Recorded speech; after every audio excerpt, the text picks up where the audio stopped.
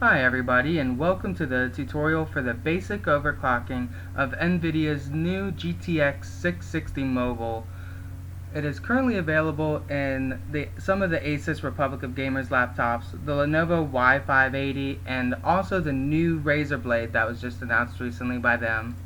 First thing you'll need is the program Nvidia Inspector. When you first open it up here, it'll give you a basic rundown of your hardware, including your name, your driver version that you're currently running it with, and of course all the hardware information here for your GPU clocks and your memory clocks here. If you've ever used the program CPU-Z or GPU-Z, this is going to be very familiar to you. Now, in order to go ahead and bring up the overclocking options, just click on this button down here, the Show Overclocking. When you click on it, it'll come up with a little warning. If you've never overclocked before, this may be a little intimidating.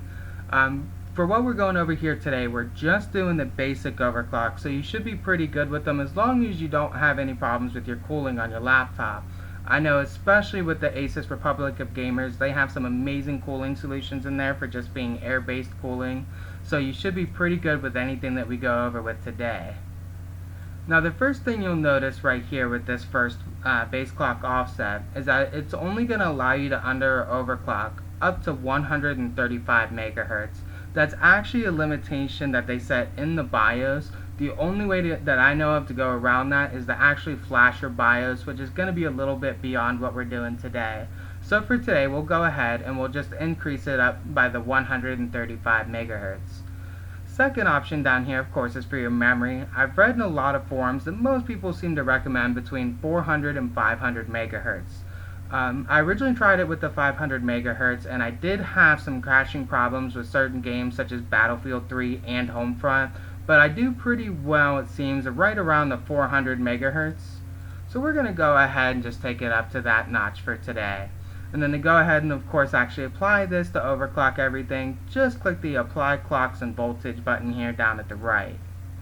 Over here to the left, you'll notice everything got turned up a little bit here, the new GPU clock being up at the 970 megahertz, and the memory is now up to 29 megahertz, and of course your new boost levels here.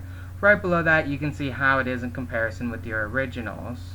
Now, if you don't want to have to go back and do this every time you're playing a game, you can create a shortcut on your desktop here, and it's pretty simple. All you have to do is just set it to whatever settings you'd like, and then hit the Create Clock shortcut.